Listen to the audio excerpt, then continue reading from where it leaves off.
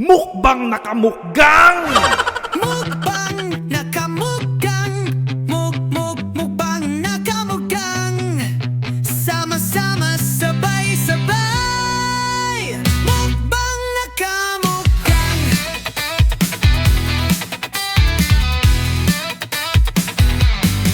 Basta may solid. Kung El Solidong camping trip ang hanap nyo mga kamukgang at nagbabalak kayong magnambalan, may ipapakita ako sa inyo. Kasi may na-discover kami na spot dito sa Nambalan na iba sa karamihan. Alam nyo naman dito sa Nambalan, maraming cottages, maraming day tour area. Pero kung camping talaga, specifically ang hanap ninyo, yung makakapag-set up kayo na maayos, hindi puro bato, hindi siksikan, hindi magulo, nako, ibahin nyo to kamukgang. Kasi dito sa tabing Ilog Farm Resort ay isa itong private property kamukgang. May malawak na grass area, meron silang gate at napaka-secure ng area. I-park mo lang yung kotse mo dyan, ayan na, pwede ka nang mag-set up ng tent. Ganun kasimple dito sa tabing Ilog Farm Resort kamukgang. Hindi ka mahihirapan maghanap ng pwesto, hindi ka makikipag-agawan ng space kasi napakalawak ng lugar. Pagdating pa lang namin, ramdam na agad, napaka-presko. Yung ilog, malinaw talaga. Kita mo yung ilalim, no? Yung agos, yung mga bato sa ilalim, talagang makikita mo, malinaw yung tubig kamukha. Sobrang relaxing pakinggan. Talagang pagdating pa lang namin, sobrang relax na agad sa lugar. First day namin, nag-set up kami ng 2 tent at isang canopy kamukha. Chill lang, diba? Hindi nagmamadali at sobrang napaka good vibes lang nung lugar kamukha. Habang nag-iikot nga ako para mag-video, napansin ko ang aliwalas, diba? Napakalinis, may cottages, tapos hindi masyadong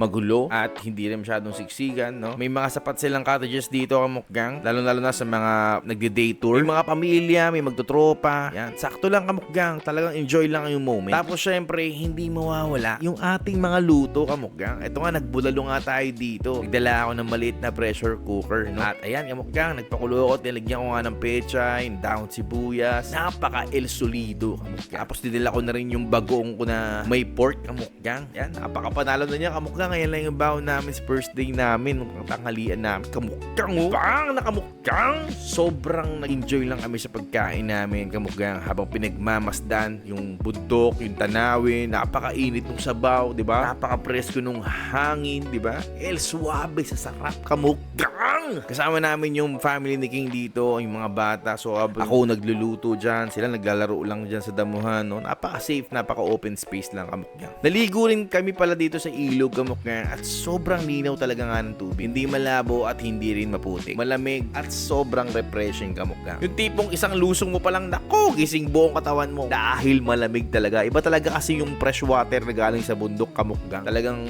sobrang lamig yan. Mabubuhay talaga yung ano mo dyan, yung pagkatao mo kamukgang. Kinagabihan na nga kamukgang at nagluto naman tayo ng tibong steak. Grabe, nilagyan ko yan ng salt, pepper, konting seasoning, rosemary, tapos ayan, no, perfect sear, no, kamukgang. 1 minute each side lang yan, no. Napaka-ilusolido niya kamukgang at yun nga, gusto namin talagang ma-achieve yung medium rare lang na tibon para naman ramdam na ramdam mo kamukgang. Kasi ito, nag-bone fire din kami dyan kamukgang. Sama ko yung anak ko at si kuya, no. Shoutout sa iyo kuis na tumulong sa amin dito mag-set up ng aming bonfire, no. Napaka-solido na experience, makapagkwentuhan kasama ang family. Tapos nag-ihaw kami ng hotdog kamukgang na medyo sunog, no. Pero napakasarap kamukgang. Solidong banding talaga yan kamukgang. Ang gusto ko dito talaga kamukgang is hindi siya trying hard maging social.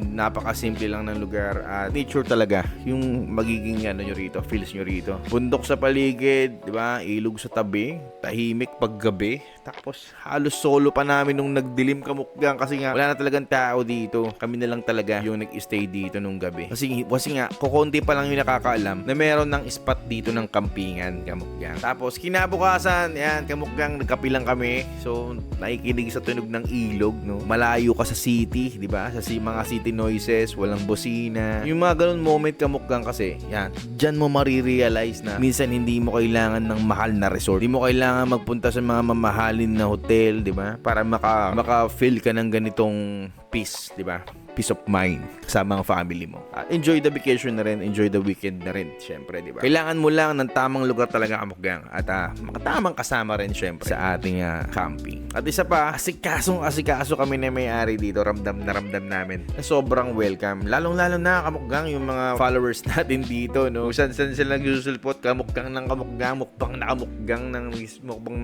dyan. Sobrang solid na experience dito sa Nambalan, Kamukgang. Nga pala sa lahat ng mga nagtatanong, no? I-Google Map nyo lang, Kamukgang, Tabing Ilog Farm Resort. Isa ito sa mga accessible na area at hindi mahirap akyatin. At tip lang, siguraduhin nyo na may confirm booking na kayo bago pumasok kasi mas okay na yung sigurado. Kung car camping ang trip nyo or glamping style na chill lang, ito, Kamukgang, swak ito para sa family. May free wifi na, may videoke rin dyan, may solar lights sa gabi, mura, at the same time mag-i-enjoy ka. Sulit sa pahinga, sulit sa banding, sulit sa experience, Kamukgang. Kaya ano pang hinihintay nyo? Dito na kayo sa Tabing Ilog Farm Resort dito sa Nambalan. Yun lamang, mga Kamukgang. Please don't forget to like and to share and to subscribe sa ating channel. And that's it, mga Kamukgang. Another day, another memories na naman ang ating nabuo. Yun lamang, mga Kamukgang. Basta may Let's solid go! na food trip ang aming pupuntahan.